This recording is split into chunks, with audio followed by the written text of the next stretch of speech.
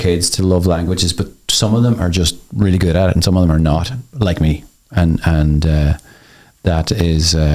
But you can nurture it, like you can work at it. Yeah. Like I love to love languages. Like I love languages. I'm just not natural at it. Yeah, but I think one of the problems with Irish is that people began to think unless they were speaking it perfectly, that they shouldn't speak it at all. Yeah. And that's the death of any language. Yeah. Because if you meet people, say from Asia or China or wherever, who come here and they start to say, need bathroom, bicycle, outside, you can communicate even if you haven't got the perfect language.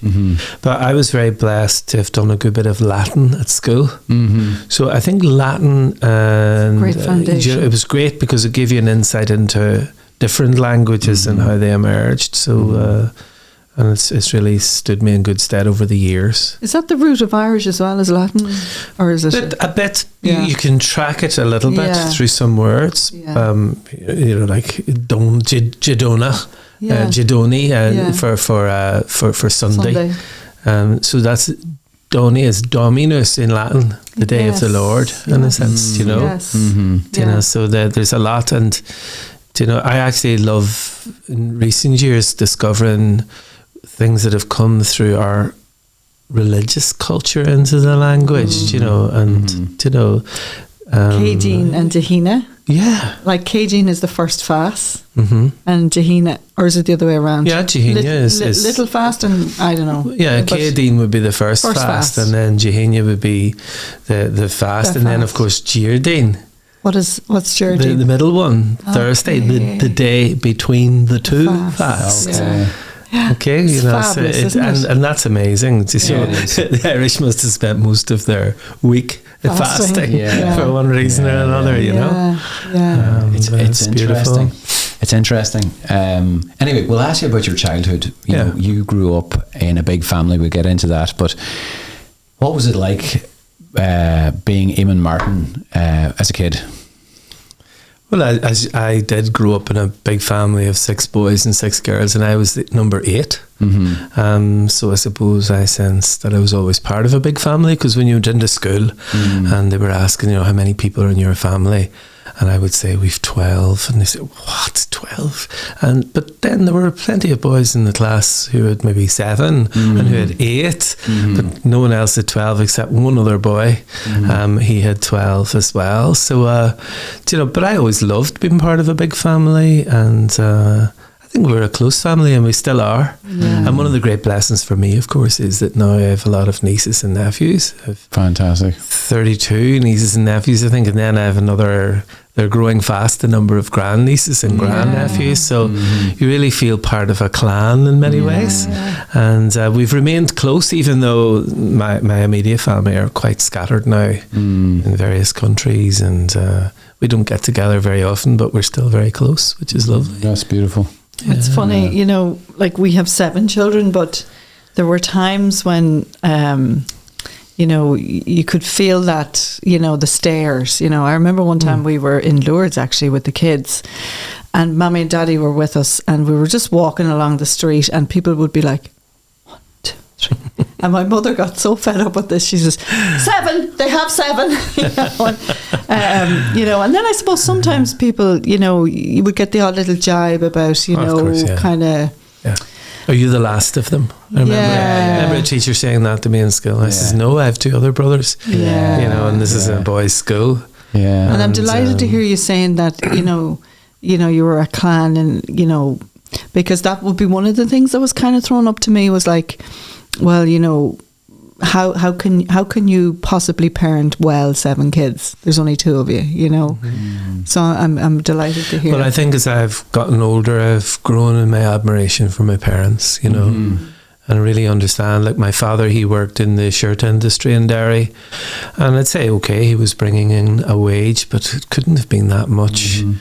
My mother was a real stalwart at home, and she really held the home together in many ways, and but I really look back now and I realise with not very much, They managed it, but we never felt. We didn't feel that we were scrimping or anything for food, for clothes, you know. And yet now, when I look back, everything was passed down. You know, our jumpers, our shirts, but that was just the done thing then. And I suppose nowadays it would be deemed to be very ecologically we'd be very grateful friendly. for it. And, you know, but it was. I do have great admiration for my parents now, looking back at the time. You never thought that way, but and then we grew up during the Troubles as well, because it wasn't an easy time in Derry. And you know, and I think back now on some of the things that you had to negotiate, the places you went, the things you had to do going to school, even in terms of being searched, going through checkpoints. Oh my goodness. You know, fairly daily incidents of shootings or bombings in Derry. But again, there was a normality. You just went on with life and didn't think about it. You didn't think about it. It's only now when you look back, you say, that was crazy. That was a mad time. Funny, I think the movie Belfast, did you see it? I haven't seen it actually. I've heard a lot about it, but I haven't seen it. I think it was just very real. You know, it wasn't so much about the political side of it, but it was about the personal side, about families, you know, and you know, as Catholics, we hear a lot of how it affected the Catholics, but this was from the Protestant perspective. Yeah. And they had Catholic friends and they couldn't hang out with their Catholic friends anymore. And it was really harrowing stuff. I was blessed in a way because I love music. So I was involved in bands and orchestras and choirs, and there was a very good cross-community music scheme going, which was a way, I presume, of bringing people together from different sides of the community. So I actually, unlike many of my peers, actually grew up with friends through music who weren't Catholic and still remain friends today, and I would meet them from time to time and be able to quickly catch up. But I do feel, you know, that was an initiative of the Western Education and Library Board to form an orchestra, to form a band. I played the trombone. And then also, you know, if you were any good, eventually I became okay at the trombone, so you would then be invited to play in the orchestra. So for example, in Derry, you know, nearly everything was segregated in a way, but there was the London Derry Operatic Society, and they put on an opera every year with largely Protestant people going to it and participating in it. But in the orchestra, didn't really matter if you were a Catholic trombonist or a Protestant trombonist. So you became friendly with people. So I must say, I look back with a certain amount of gratitude for that experience, you know, of having been able to meet people from the Protestant background in Derry. That's great. Like Sheena, you grew up in the south. I grew up in Donegal. The most we were exposed to it was, you know, we crossed the border. I think we were searched, the car was searched at one stage. That was the height of it. You know, it was pretty easy. You know, even as teenagers, when we got our licenses, Derry would be the place that we would go to for shopping, you know, and there was never any bother. And that was in the 80s, late 80s. Kind of thing. Thanks be to God that we didn't have any bother. But your experience was different. Well, you were also told where not to go to. I think, isn't that part of? Yeah. Well, we just went to the shopping centre. Yeah. You know, or wherever. Paper Chase was the place we went to, and you know, or a clothing shop or that sort of thing. And we went to get stuff and then come home. But well, you mentioned crossing the border. You see, both of my parents had grown up in Inishowen, which is in the Donegal side of the border, just not far from Derry. So when we would be going to my granny's, for example, so you were going over and back across the border a lot, going through the checkpoints. Every Sunday we went down to my granny's, and then in the summertime, around this time of the year, I'd be packed off down to one of my aunts, down to spend a few weeks on my holidays down at my aunts, and it was lovely. So I mean, I suppose in a way Derry people are kind of frontier people. They're right on the border with a lot of relations, friends, and so, you know, the border never really meant anything except checkpoints and customs. In the earlier days, I remember having to go through the customs, I suppose with the whole Brexit debate, that all became current again. Yeah. But the border really, I think I remember reading later on when I went to university, reading John Hume's thesis for his masters, and it was on the whole thing about Derry and its hinterland, and how Derry, I suppose, by partition, was cut off from its natural hinterland in Donegal and Inishowen. And you can see that, I suppose, in a way, if you think of Letterkenny and Derry, and they're really two different worlds, and people in Donegal and Derry people, they're not the same as the difference between Derry people and Tyrone people, for example. Yeah. There's an absolute difference, and that shows the impact of the border over so many generations. Eventually, a lot of people in Donegal maybe have never been into Derry, and vice versa, It's a strange thing. I have an uncle living in St. John's Park in Buncrana Road, but so we used to go in and visit them. They had 8 kids, interestingly enough, and the thing I noticed about Derry people is that there's a real solidarity attitude, like a real grounded mucker attitude. We're all in this together, and it doesn't matter if you're Archbishop or whatever. Oh, how are you? There's that sort of it's beautiful. It's a really nice trait that Derry people seem to have. I don't know if they still have it. Well, I love it because, when I go back home, which I try to do as often as possible, my brother and sister are the only two of our immediate family who are still in Derry, and I like to go up home every week or 2 weeks just to say hello. And when you're walking around Derry, you're just Eamon or Father Eamon or Father Martin. They would remember me as my work as a priest, because my first appointments as a priest were into Derry City, into the cathedral parish, and then I taught in St. Columb's in the college there, and eventually became president or principal of the college. So, people now, when I come up home, I'm not even... It's not necessary for me even to dress as a priest, because people say, "Oh, you're up home for a few days, or you're up visiting," and there is that sense of, how are you getting on now, Father? And I met one former student of mine actually just at Christmas time. I was up the town in Derry, and he says, "Hey, Father, how are you doing? Are you still in the college?" I didn't have the heart to say to him, "Well, actually, I'm the Archbishop of Armagh."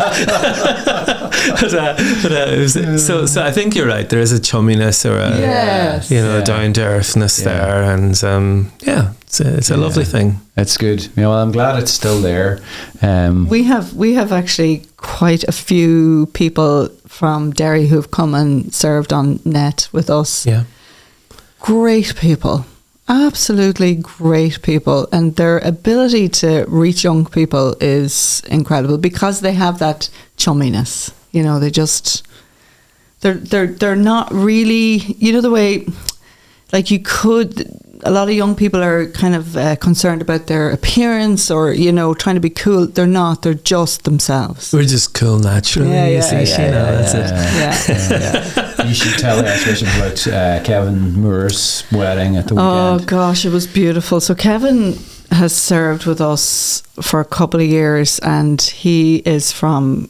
It's not Gallia, but there's a the ring road around Derry. There's an estate there, a new estate on the right hand side. I think it's on the left hand side. Huge big estate, and Kevin comes from there at the back of Gallia. So he's the 3 patrons would be his parish, the combination of the 3.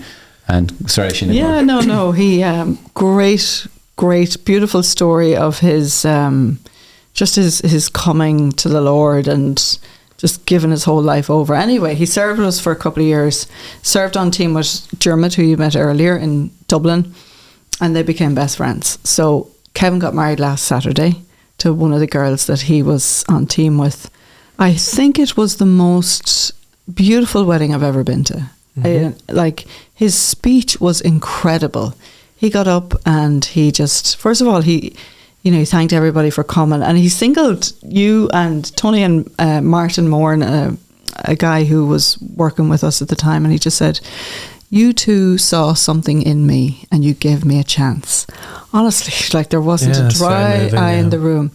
And he just said, I want to say that God is number 1 in my life and Irene is next, and I want us all to pray now. And that was his speech. That was his speech, and the best of it was like, it wasn't weird and it wasn't overly pious.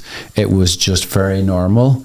The first song, whenever the first song when they're out dancing, whatever, it was a praise and worship song, and it was the people who didn't believe in God didn't know that it was there, and the people who did knew that it was a praise and worship song. But it was very natural, and they're great crack and very normal, as it should be. We're meant to be normal. But isn't that the strange thing about our faith and growing up as Catholics in Ireland? Is that somehow it's only now we're beginning to discover that faith is about an encounter with Jesus and about being able and prepared to say that. Whereas I think growing up for me, religion and faith was in many ways about routine and about part of our culture. Although I'm very grateful that I did have a sense of Jesus as a friend and as a companion, as well as being, of course, my Lord and Master, if you want to use that term. But I do think that nowadays, when you meet young people who are young people of faith, they're far more prepared to say that and to stand up for that. So that's a lovely story that you've just told of a young man on his wedding day able to say, God is important to me. But just as I'm saying it, I'm remembering a story my mother told me, that on the day of their anniversary, the day of their wedding, they were honeymooning in Dublin in the, what do you call that hotel? Gresham Hotel. Wow, that's a big deal. Yeah, and they had that, a long way that away. was a present for them for their honeymoon, and so they went down. But anyway, when they arrived in the bridal suite, they went up into the room, to the honeymoon suite, and she opened her case, and one of her sisters had filled it with confetti. Wow. Okay, everything went everywhere. When she took out her nightie, just the whole room got destroyed.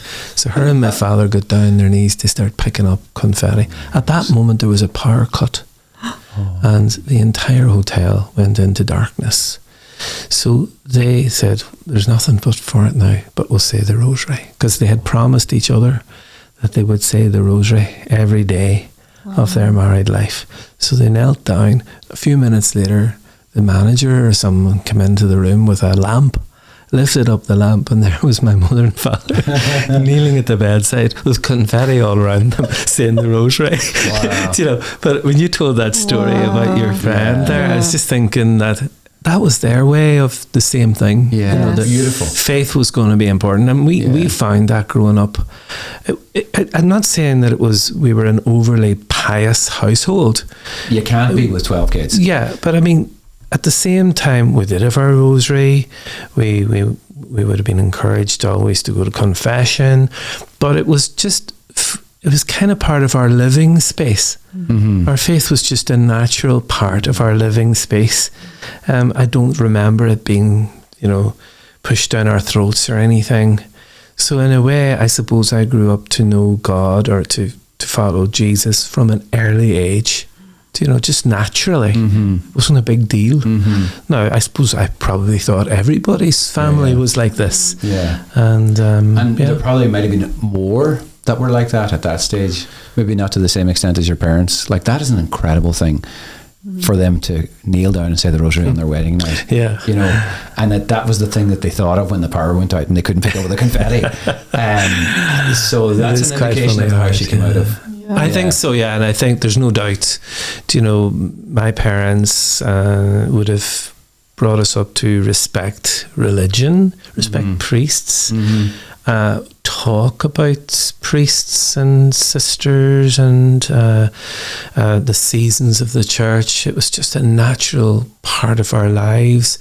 My mother would have had 2 cousins who were missionary priests.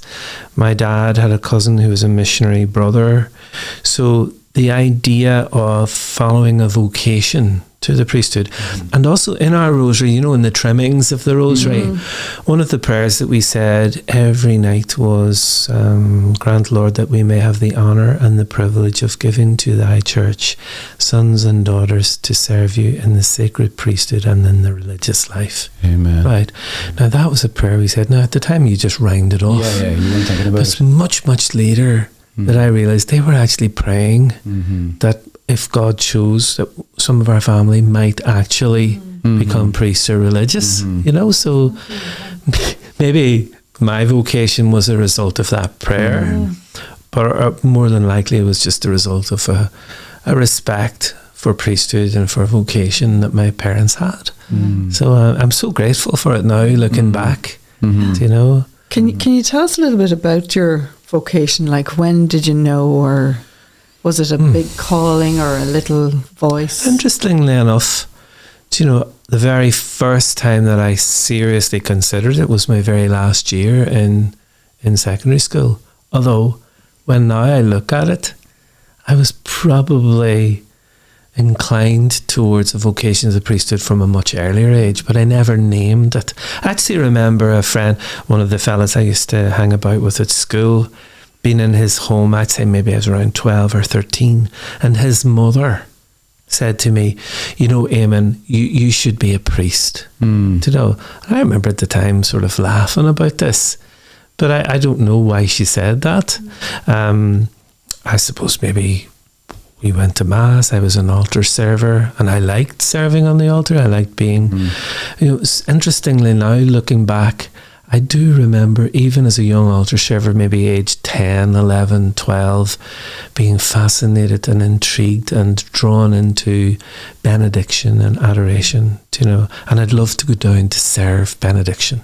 Special. Now, of course, you had the thurible, which was a bit of action for an altar server, but not just. I just felt there was something special, and then of course the music and the chant, the Tantum Ergo and the Adoremus. And was that in St. Patrick's in Pennyburn? In Pennyburn. Yeah. Wow. You mentioned the three patrons earlier. Yeah. That's the parish. Yeah. And so it wasn't the cathedral. But it was still done very reverently. Yeah, it was Sunday devotions and devotions. And I used to love going down to serve devotions. And I do feel the other moment, which looking back now, I remember my first year in St. Colum's College, so I had been around 12 or 13. I was a member of a small Gregorian chant schola, a little group, and our teacher had taught us some of the chants, and it was the Christmas carol service, and we sang the Puer Natus Est, which is the chant for Christmas Day. Unto us a boy is born, the Son is given to you.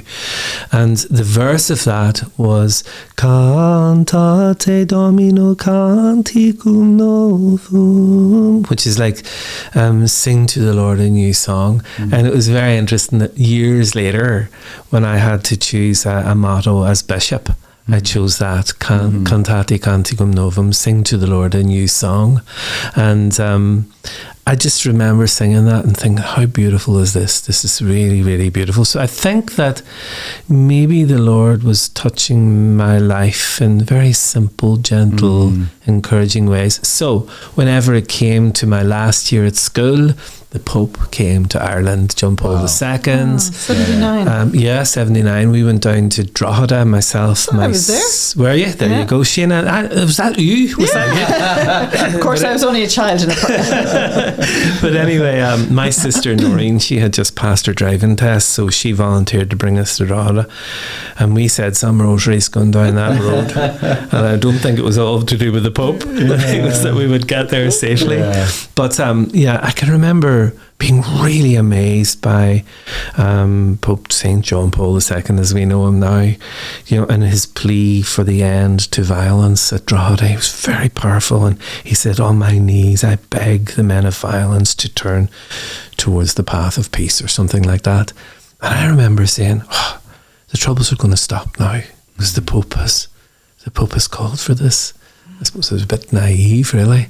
The other thing then, the following week, the teacher in our school showed the video of the Pope at Galway with the young people. And it sticks out in my memory, his speech where he said to the young people, he says, look, people are going to tell you as you grow up, you don't need faith, you don't need religion. I'm paraphrasing, okay, but with science and technology, you won't do it. And then he roared out, something else is needed. Something else is needed.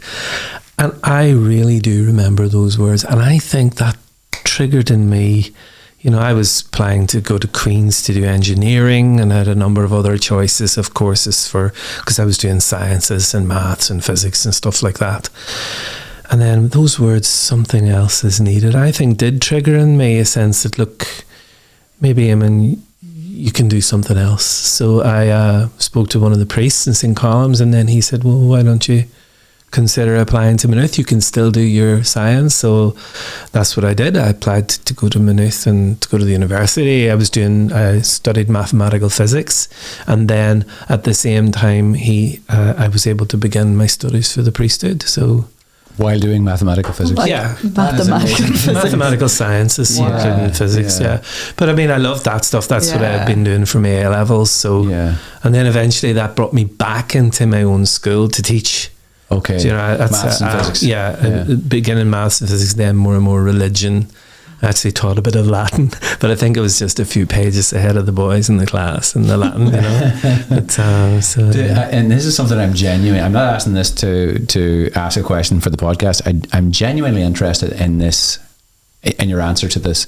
Do you ever think that, okay, so you come out of a family, your parents were very faithful, faith was in hopefully your siblings as well, but do you ever wonder about the idea of, somehow I was an altar server as well, and there was something very special about serving on the altar.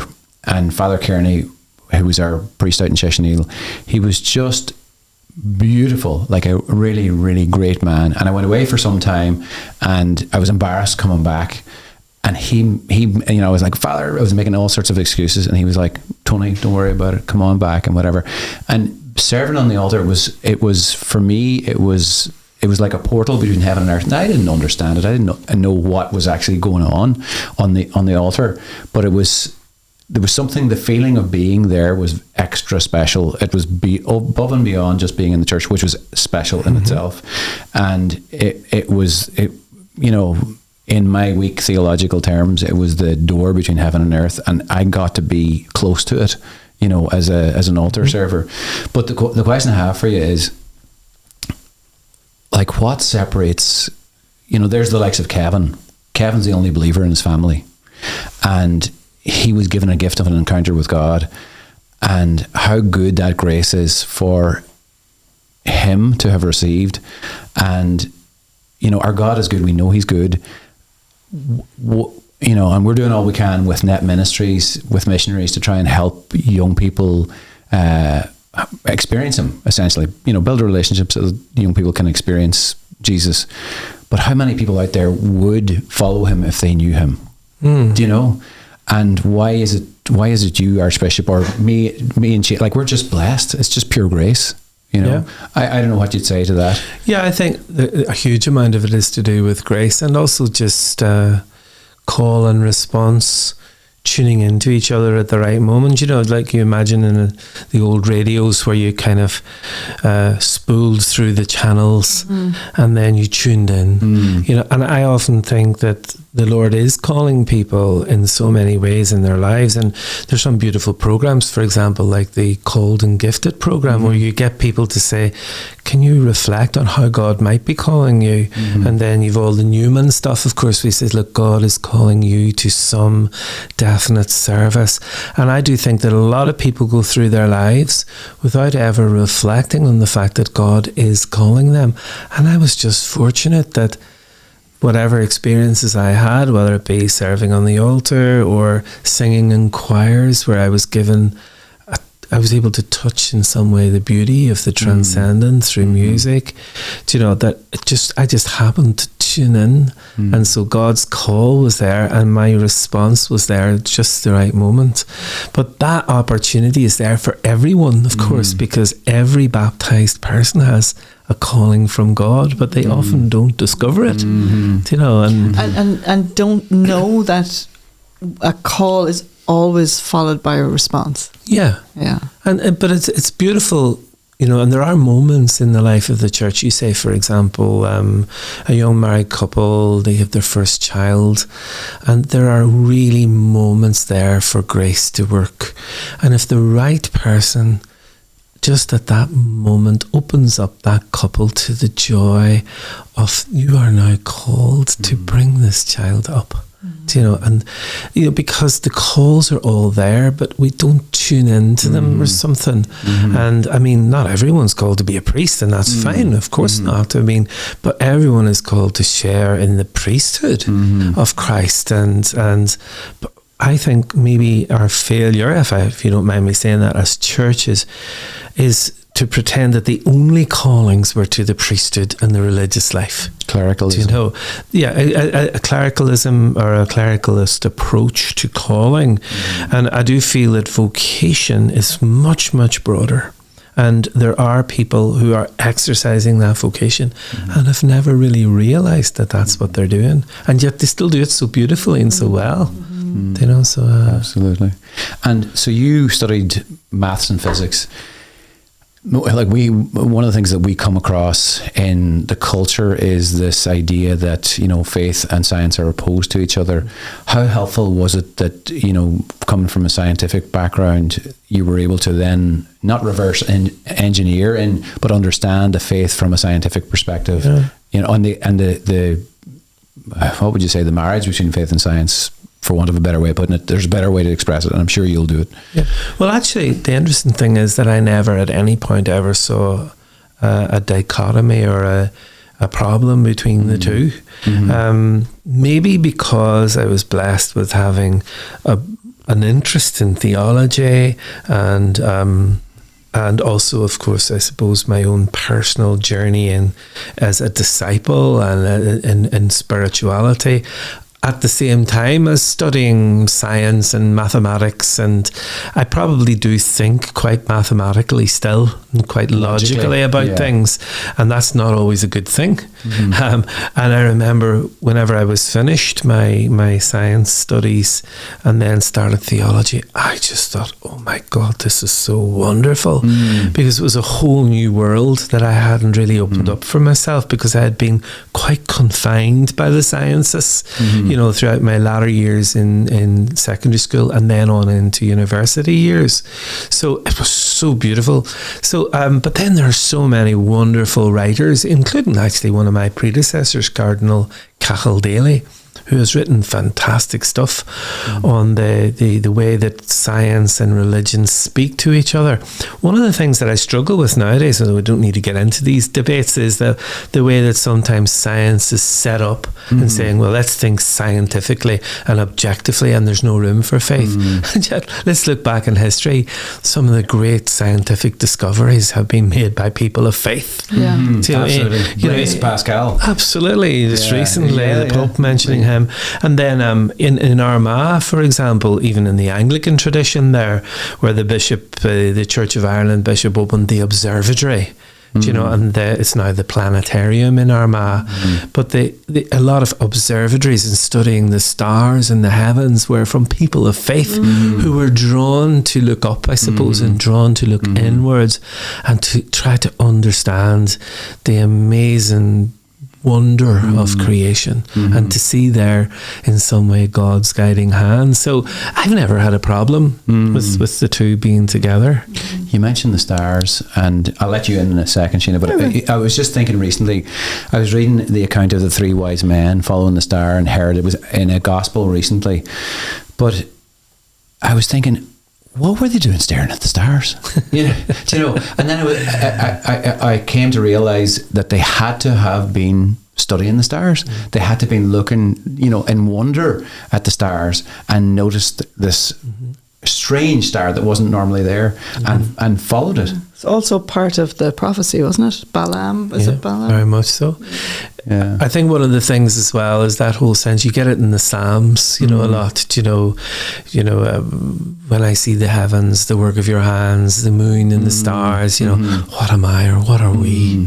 That you love us, and the wonder of the incarnation, of course, that out of all of this, the God of the universe sent his son into this tiny child, it's just, our faith is just so fantastic. Incredible. And, but if people could really be open to receiving and to exploring it, I watched you in the Oxford Union and you were brilliant. Like, that's a tough case to make, the case for organised religion in society, when everything is... Can you explain that now? So the Oxford Union is it's a debating society in Oxford University, is that right? Where they invite speakers in, and you spoke there last year, was it, or 2021? Yeah, it was last year. Yeah, last year. Yeah. So it's like a debate, is it? It's a student-run society. Okay. Where and it's quite incredible actually when you go into the Oxford Union itself. I mean, they literally have a miniature version of the House of Commons, and these debates take place. I think it's a finishing school for the future leaders in England. But the debate was very interesting, and to be honest, I thought we hadn't a hope, because we were arguing I just simply can't remember the actual wording of the motion, but it was something, this house would abolish organised religion. So essentially the target was the Catholic Church, mostly during the night. So to be honest, it turned out to be a really wonderful evening, and again, here was a good example of the cream of the young people of these islands studying in Oxford, again coming into that debating chamber, and I would say the vast majority of them probably are not practicing any religion, but they were open to hearing and listening.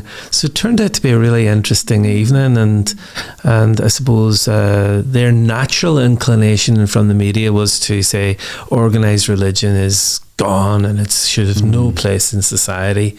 But I just tried my best to make some cases with for O'Leary in the grave. Yeah, exactly. Well, you did very well, and it was you handled it very humorously. You said you felt very uncomfortable, but it was just very well done. Yeah. Oh, thanks. Yeah. And do you do debating often? Not a lot. I used to do a bit in school. I was in the debating team there, and we had an Irish debating team as well, which I used to enjoy. It was Gaelin, it was the Gaelin debating competition. Now, I was struggling a bit in my Irish, but so I enjoyed debating. But interestingly enough, I think that what we're discovering now about faith and religion is that starting with the cerebral is not really where it's at. And I think Pope Francis actually has been trying to encourage people to discover Jesus and discover the kerygma, or the proclamation of the gospel. And in that letter he wrote to young people after the youth synod, Christus vivit, Christ is alive. I think he was trying to say, look, that can come later, all the debates and the arguments, but if people don't meet Jesus, the person of Jesus, it'll be really difficult to convince them through intellectual argument. And I remember, that's as old as St. Paul, and also very much I remember the time that Pope Benedict came into Westminster Hall when he was in England, using that thing that faith and religion have a place in political discourse and in the discourse of society, but fundamentally they're about a relationship with God. And I do think we've a lot to learn, I suppose, from the evangelical tradition, really, in that sense, whilst preserving the richness of our Catholic tradition. Absolutely. And Sheena, I don't know if you want to say anything. No, I was just thinking when you were talking, so I've been studying recently. I've gone back to school after 25 years. I've been home with the kids, and one of the things that we go through is like the Summa Aquinas. What are you studying? I'm doing a master's in pastoral theology. Beautiful. But he's very much about, you'll find God in nature, you know, and that's where it starts. It's not in the intellectual argument. It's all around us. I don't know if you know Professor Robert Spitzer. Have you ever heard of him? But he would say that some people do encounter God through the intellect, but it's rare. It's mostly through the heart. And for those who are blessed enough and are open enough to actually encounter him, but so some people do, and I'm not correcting you. No. But it's okay. But it's also I love, like, you're actually affirming what we do, because that's what we do. We give young people a chance to encounter the Lord, and our teams, that, you know, pre-COVID we had a team that went around, a road team, and did retreats all around the country, and it was a chance for encounter. And since then we kind of focus more on having a team in a parish to journey with people for the year, and it's like a discipleship program now, you know, because the initial encounter is great, but they also need follow-up as well. So it's great you're kind of giving us confirmation. Yeah, and we have our first road team back this year since COVID. Thanks be to God, to be back in the schools again. Now, we were in the schools from the local parish teams, but we're back with a national team that's travelling north and south of the border. And it's just great we're taking bookings from schools, you know, for retreats and that sort of thing. It's really good.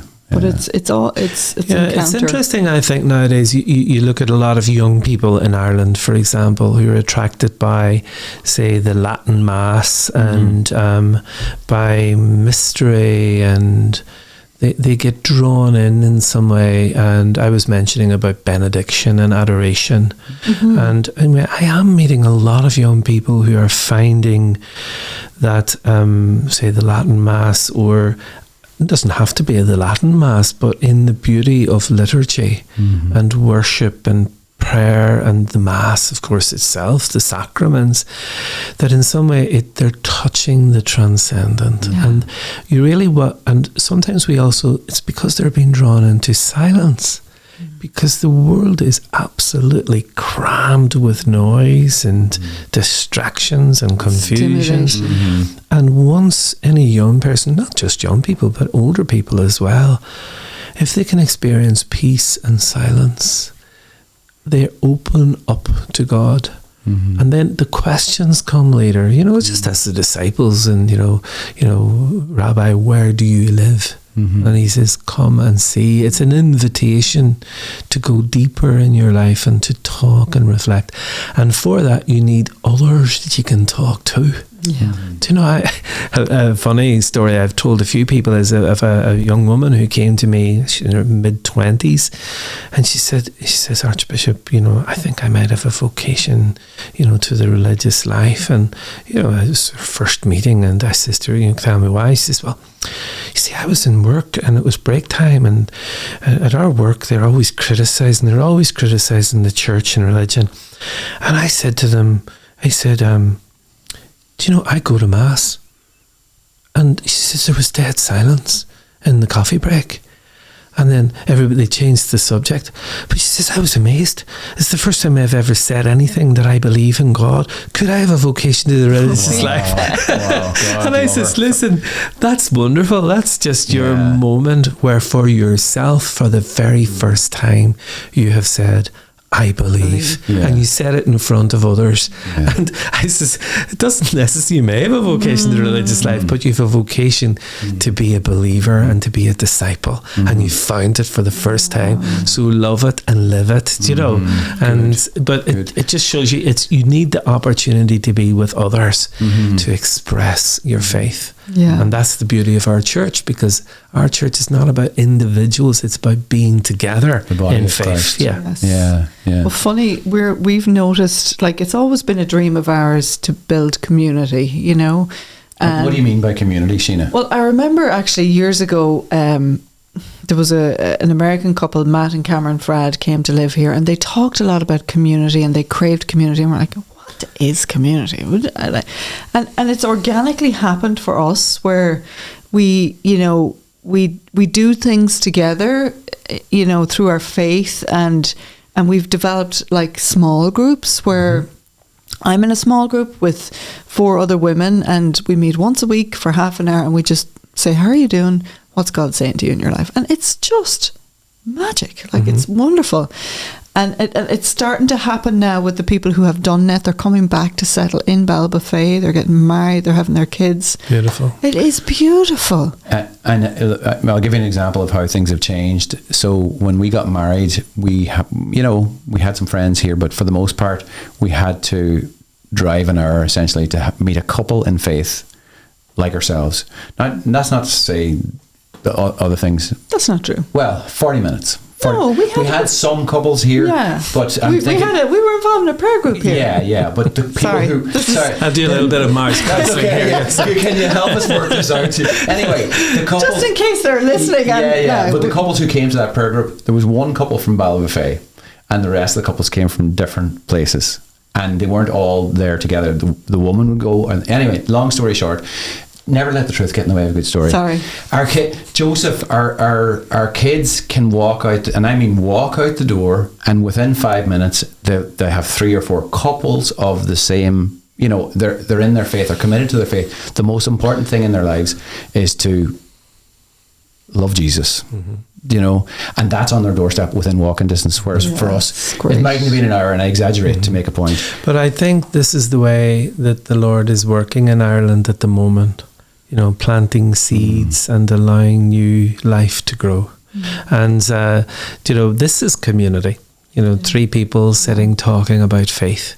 And then your whole digital community that's following your podcasts as well as your net ministries and that. And, and it really boils down to where 2 or 3 are gathered together in my name, I am there among them. So if you can provide opportunities for people of faith, 2 or 3 people, it'll multiply because the Lord is present everywhere faith is expressed. So that's the beauty of community as distinct from individualism in faith. And you can sometimes have that. You can have people who are, I have my faith, my prayers, but don't really want to be with that other person. This is probably a difficulty we have in our Catholic culture and tradition, that people didn't actually say, I'm a believer. And we're afraid to say it, or you felt you're a bit weird if you said that. I was at Camp Veritas last weekend with the young people, and I said that to the, people will sometimes think you're different, you're weird, you're bizarre because you believe, and don't allow that to happen. It's a beautiful thing to believe. So if people can see you and that it makes a difference to your life and it makes you a happier person and a joyful person, they will want to find out, what is it that you have? I want some of that. And then don't be afraid to tell them, I am a person of faith. And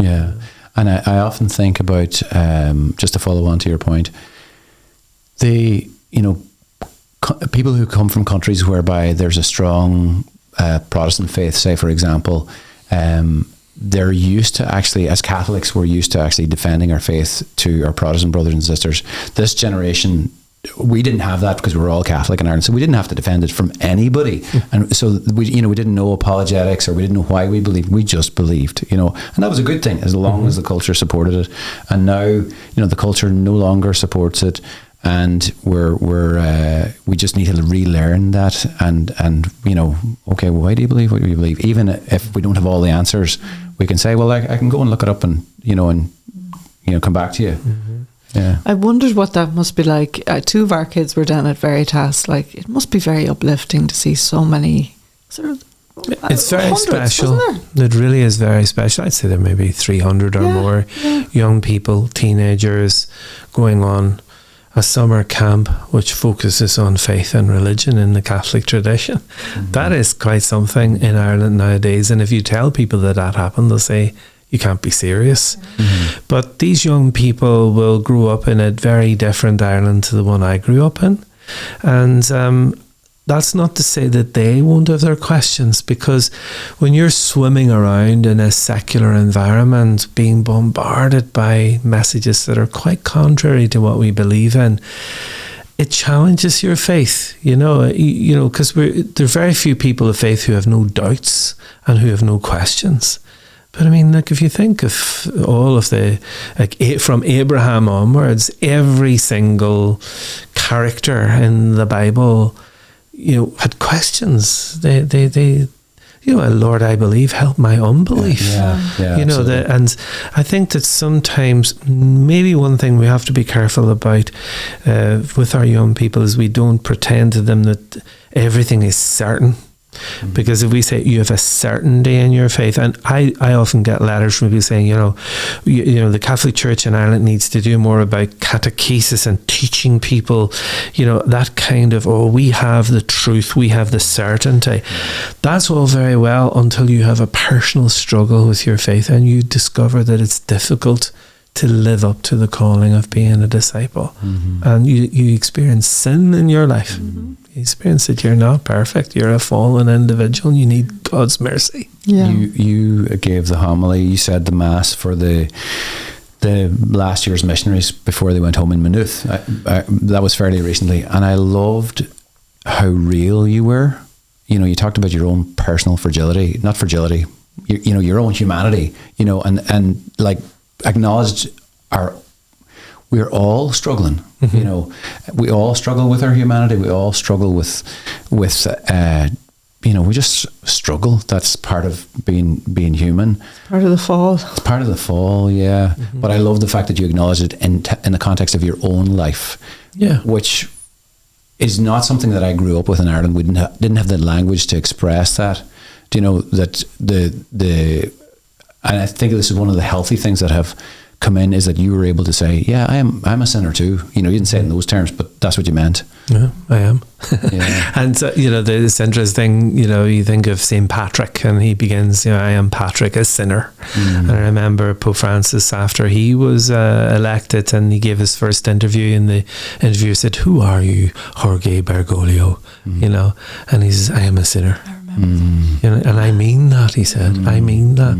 Because actually at the Mass the other night, I was in one of the communities in Armagh, just out in one of the estates, and you know, the reading was about the disciples in the boat in the storm, and Jesus says, why are you so afraid, O men of little faith? And these were to be the apostles, including Peter, the rock, you know, but there was an acceptance that, you know, we are all on this journey, and it's just awfully difficult if we make young people think, you know, you'll not have any doubts, or, you know, just read a book and it'll be certain, you know, that I do feel that today we have to be able to hold our fragility, but we do so in the sure and certain hope of the resurrection and in God's mercy.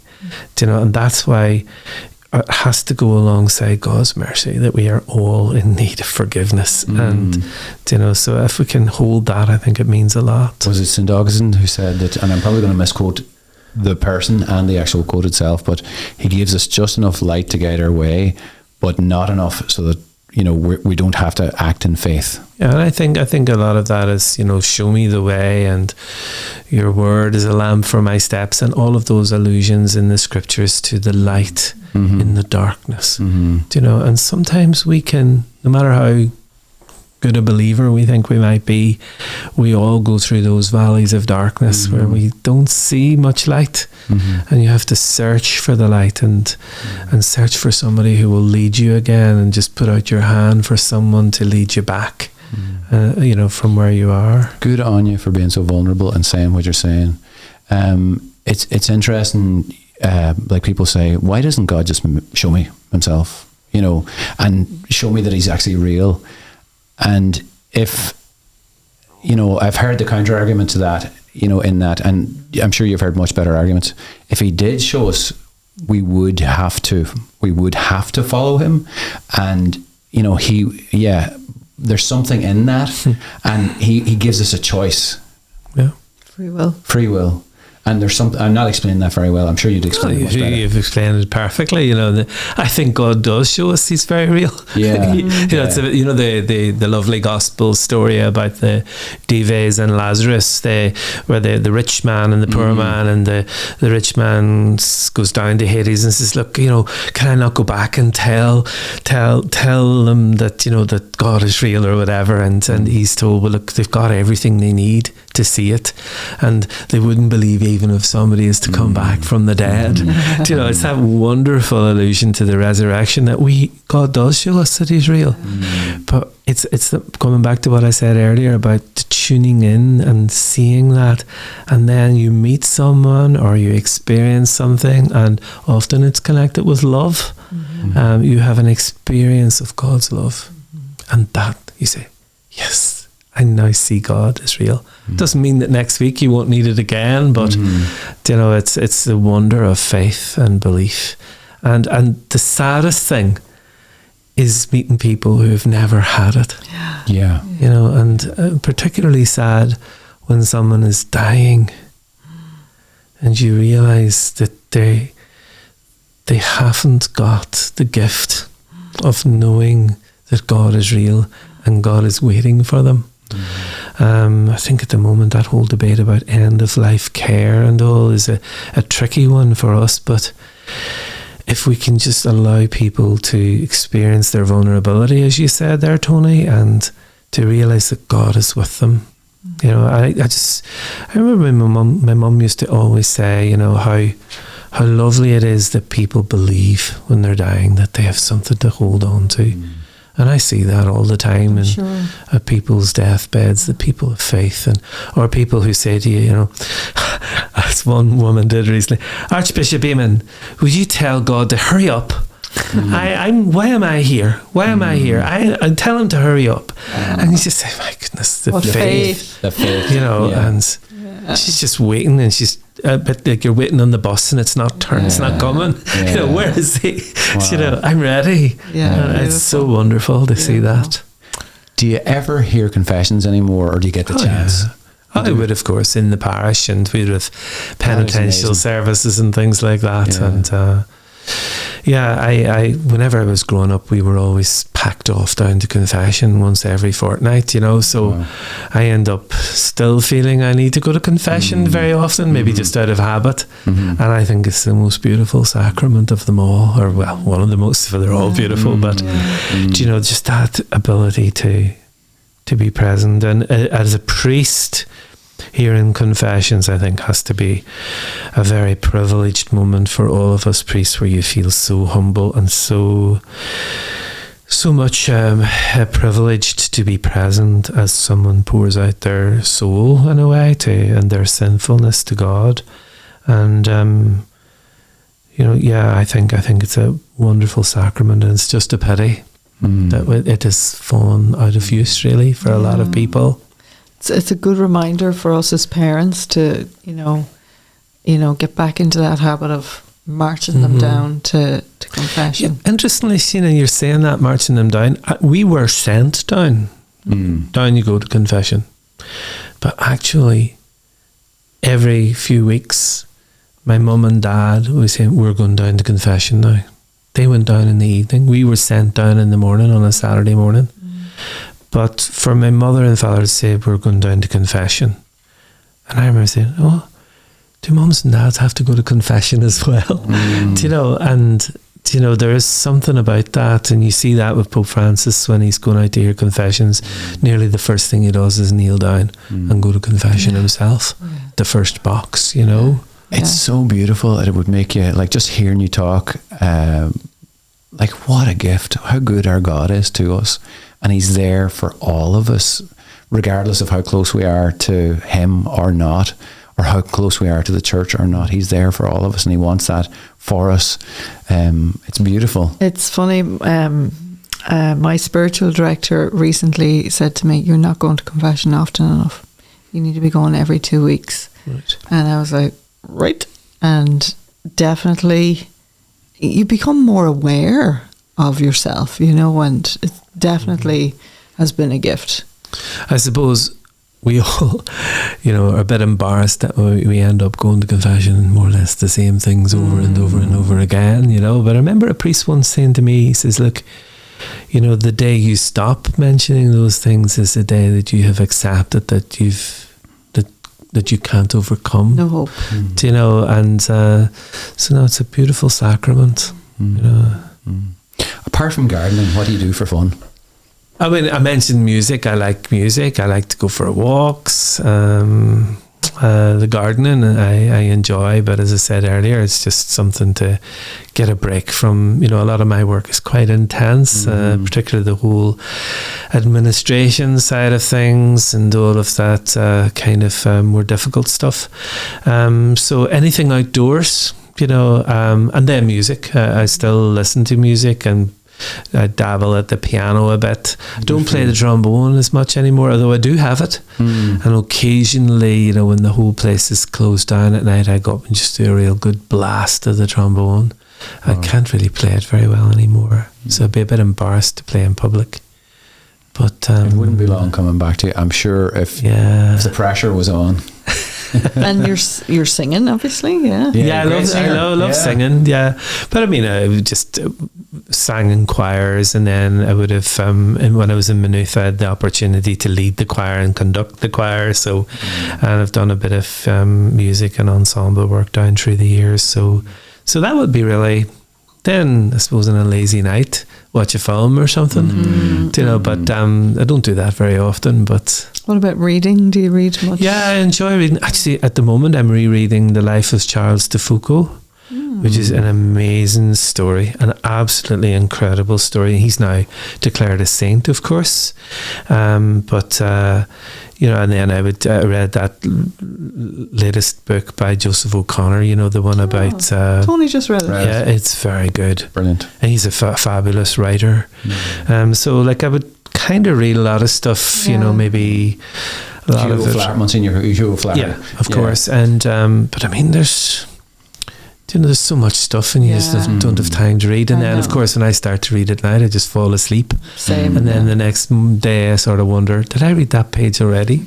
Now I like to read as well. Yeah, I have, we run a book club here for women. Oh, really? And, so I'm always looking for suggestions for books. At the moment, we are reading The Reed of God, Carol Houselander. And next month, I think we'll read I Believe in Love. It's on. I haven't read it. No, I haven't read it. Oh my gosh, it's so Good. Beautiful. All on St. Teresa's writings. It's absolutely beautiful. And a lot of what you've talked about, he writes it in the book. But if you have any suggestions, we're always... That's good. I like St. Therese, of course, and then, of course, Saint Therese of Lisieux was a big favourite saint of my parents. So in my family, when you hear this one, I have Marie Therese Martin. Because remember, Therese of Lisieux was Martin. Yeah. So my sister Marie Therese, Saint Therese was Marie Françoise Therese Martin. And I also have a sister, Zélie Therese Martin. Very unusual. So, Zélie was her. Zélie was the mother. Yeah. So a few years ago, was it 2015, I think, when Louis and Zélie Martin were canonised together. So I asked Zélie to come out with me. Wow. For that, and I said, Zélie, come on to Rome, you're becoming a saint. So but that was an amazing occasion, because there you had the canonization for the first time of a married couple together. And I think it was a way of the church saying that, that there is a saintliness in marriage lived well together. Not just the individuals, but the couple is being canonized, which I thought was very, very significant. Well, we're married 28 years, and if it wasn't for the grace of God, we're just so grateful for our faith in our marriage, grateful for each other as well. Yeah. Today's a good day. Congratulations. Yeah, today's a good day. But So usually as we draw to a close, before you do that, I want to ask you, what would you say? So there was me thinking that's it. I've done okay. It's there's a couple of questions I want to ask you before that. The first one would be, what would you say to a young person who is considering, priesthood? They think they have something going on in their heart. Something is stirring. Now we take in young people as missionaries to NET in Ireland. I don't want this to be an advertisement for NET, okay? But I would say there are opportunities for people to do a faith-based gap year. NET is a really good one of those options. And the fruit of the lives of the missionaries is there for all to see. We have lots of vocations to the priesthood and religious life, thanks be to God, in Ireland. Anyway, long story short, what would you say to somebody who's considering a gap year, particularly NET ministries? I think it's wonderful, because you're going to find out so much about yourself. You're going to find out so much about your faith, and hopefully you'll discern what God's calling you to, whether that be priesthood, religious life, or as a committed lay person, a married person, single person, whatever it might be. Because I remember in the very early days when I first went to the priest in St. Colum's to say, I'm thinking of being a priest.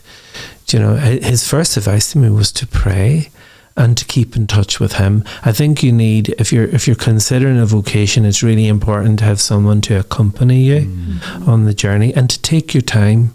I mean, in those days, it was a natural enough thing to do for someone like me after school to go straight into seminary. Nowadays, I think we like people to have a number of years of accompaniment, or to speak it and live it. So I think an experience like NET, or some of those other opportunities where people have to live in a faith community or a youth community, or even just in your parish, to begin to become part of the life of your parish and offer your help for reading or helping or whatever. I think those are the ways that you journey inwards. It's interestingly, I remember, when I first thought about becoming a priest, somebody said to me, how long does it take for you to be a priest? And the mentality was, right, you needed 7 years and then you're a priest. I think now we've a greater consciousness that it's actually a lifelong journey you're on here. It doesn't have to be next year or the year after.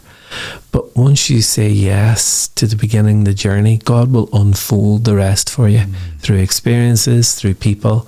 So it's the phrase I think that they use is an itinerary of discipleship. This kind of journey that we're on. Do you remember the year of faith? Some time ago, Pope Benedict spoke about life as being a journey of faith from the very first moment you open your eyes, even in, and then right through until you close your eyes in death, and then beyond that into the next life. So it's this eternal journey that we're on. So I think if someone was thinking about priesthood, say, okay, you've begun the journey. Now take your time and be sure and discern if that is what God's calling you to do or to be. It's great. And I like that you've said, don't do it on your own. No, you need help. You need accompaniment. Yeah. All of us need help. Everybody needs a supervisor. I need a supervisor. Yeah. Have you? So we're married. We're married 28 years. We have 7 kids. We feel very blessed to be Christian. We feel very blessed to be Catholic. We're very privileged to have the opportunity to do what we do, work in some capacity for the Lord. And have you any questions for us? There's one for you then. Yeah, that's turning the tables now. What were you thinking, kind of thing, or whatever comes to mind. I think what gives you fulfillment in your vocation. That, because people often ask me, what's it like to be a priest and what gives you joy? So I think that would be my question. Your vocation is so beautiful to watch from the outside, but from you, what gives you fulfillment and joy in your vocation? I think, the season we're in now is grandparents. Yeah. And, Joseph over there has just made us grandparents with his wife Emily, and you know, even before Isaac came along, seeing our kids meet beautiful people is just, it's kind of drop the mic moment. It's like our work is done, you know. They have made really good choices and found people to love them that also love the Lord. Thank God. Yeah. Yeah, and I would say, you know, we're in the fortunate position that our kids, like, we've done our best. We made faith a priority. Yeah, but we've also messed up. We've messed up, time. and the kids are going to need counselling lifelong, some of them. But, well, we wouldn't like to deprive them the opportunity for healing. But the reality is, they've grown up surrounded by young people who are on fire for Jesus Christ, you know, and almost to a evangelical Protestant extent, but they're Catholic, you know, and that sense of, it's an unusual sense, but that sense of loving Jesus and being able, but not being weird, you know, and in a normal way. And I would say, yeah, very much similar to Sheena. Yeah, and I think also, you know, we've moved from, you know, we still have young-ish teenagers, but, you know, our older kids now are, you know, they come home and, you know, it's just lovely to, you know, have relationship with them, you know, in a more mature version, you know, and to do life with them, you know, it really is lovely. It's a lovely season. Yeah.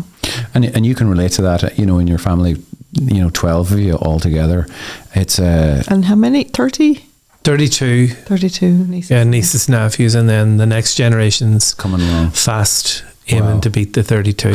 Wow, isn't that beautiful? Yeah, it is amazing. All right. Yeah, all those people in your gang.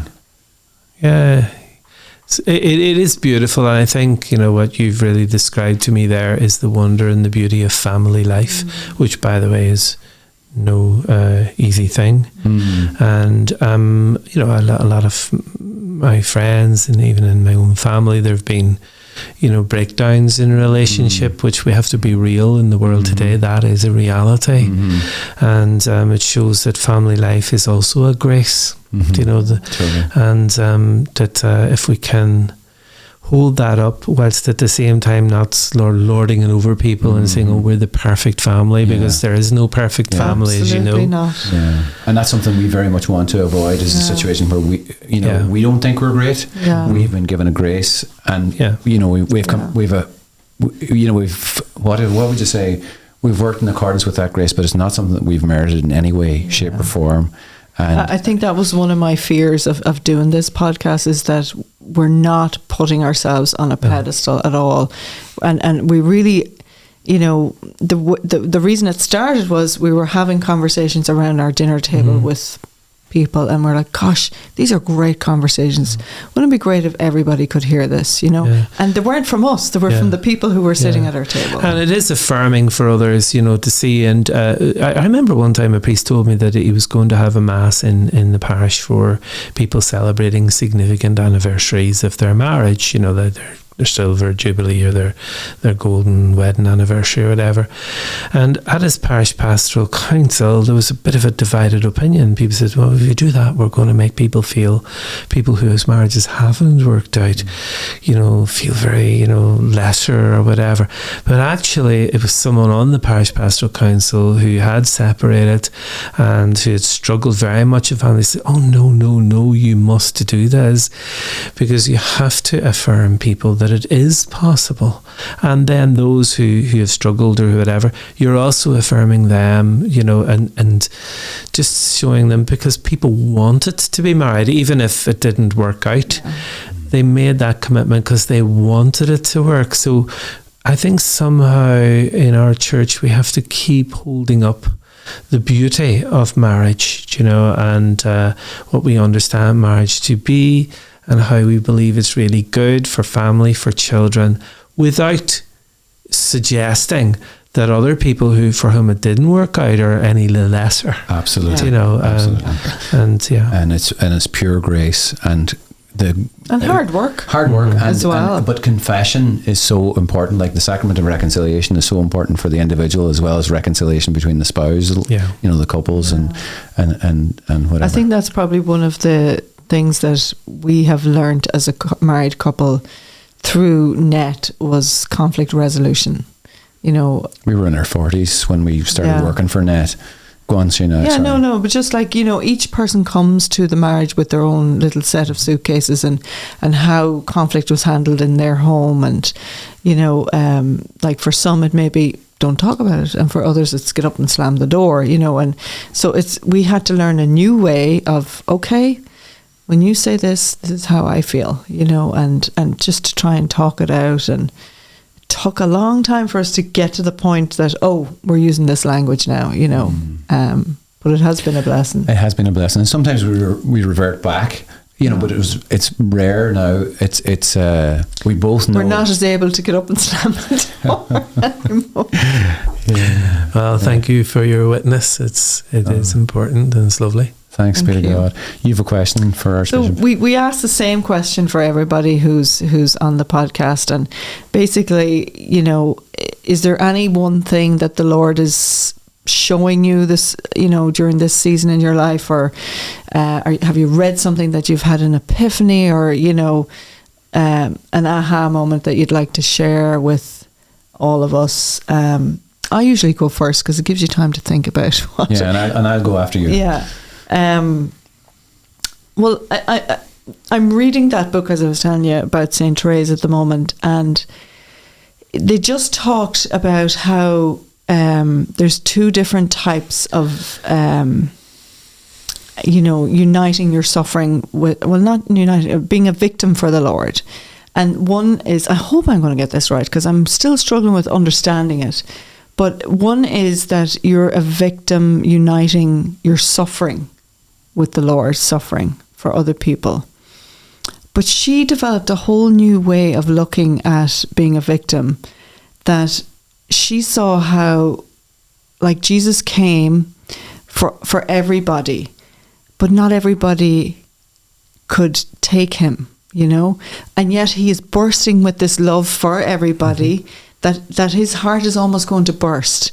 And rather than see Jesus at that stage, she said she would become a victim of love and take on the love that other people that they rejected. And so then, if she lived her life full of love and then became love to other people, she could bring Jesus to other people. I hope I've got that right. Yeah. But it just blew me away. It was just like, we can continue his work by being conduits for his love. Anyway, that's my little aha moment this week. Yeah.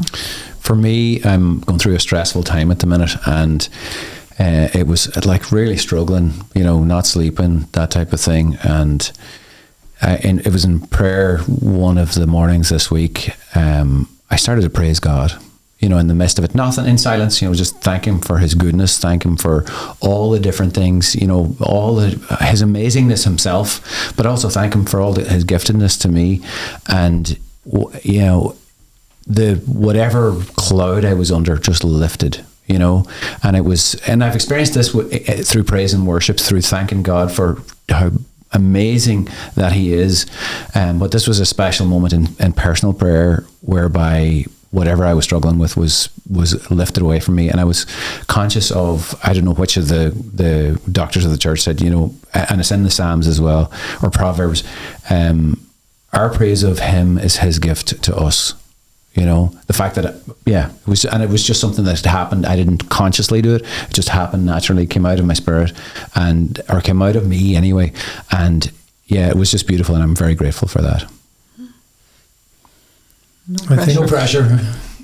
No, actually, when you were speaking there, I was very much conscious that for me at the moment, stress and worry is very real. And I was speaking a little bit about this to some people the other night. And we were talking about worries. A lot of people carry worries. Yeah, I think couples and families carry worries about their children.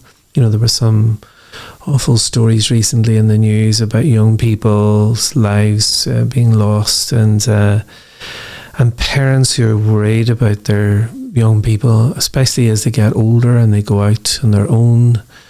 and worries about children, worries about finances. One particular family that at the moment are really struggling to keep their house, especially with all these changes in the mortgage rates and that. And I know I have a lot of worries at the moment, and stresses, and as you mentioned, things that wake you up in the middle of the night. And often in my case, they're dealing with issues that go way back in the church, and I have to handle them and deal with them and try to find a way through. And then in prayer to me comes the whole idea of surrender, being invited to surrender your worries to the Lord, give them over to God. And I was talking about school. For some reason, our old school motto in St. Colum's was Quaerite primum regnum Dei, seek first the kingdom of God. And it comes from that beautiful passage in Matthew's Gospel where Jesus says, "Do not worry about what you are to eat, or these things will take care of themselves. Seek first the kingdom."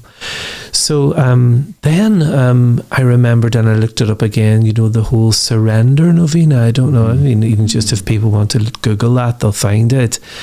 It's just that beautiful. I think it's about a 10-day or 9 or 10 days of prayer where you are encouraged just to repeat, "Lord, I surrender everything to you. Take it all." And that's not easy to do because for some strange reason, we want to cling on to our worries and our stresses. They're hard to let go of, especially in the middle of the night. It was beautiful to hear you say that to open yourself up to praise. Is it one way of doing it? But just surrender. The surrender prayer, to surrender them over, and in my own case, not to think that I'm going to somehow work it all out, because I won't. I will not be able to work it out. I have to surrender it to God and be open to God's grace and help.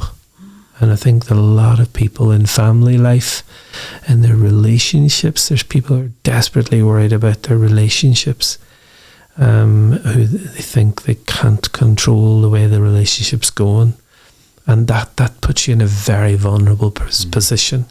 So I think my word of the week for me anyway is surrender to the Lord. Wow.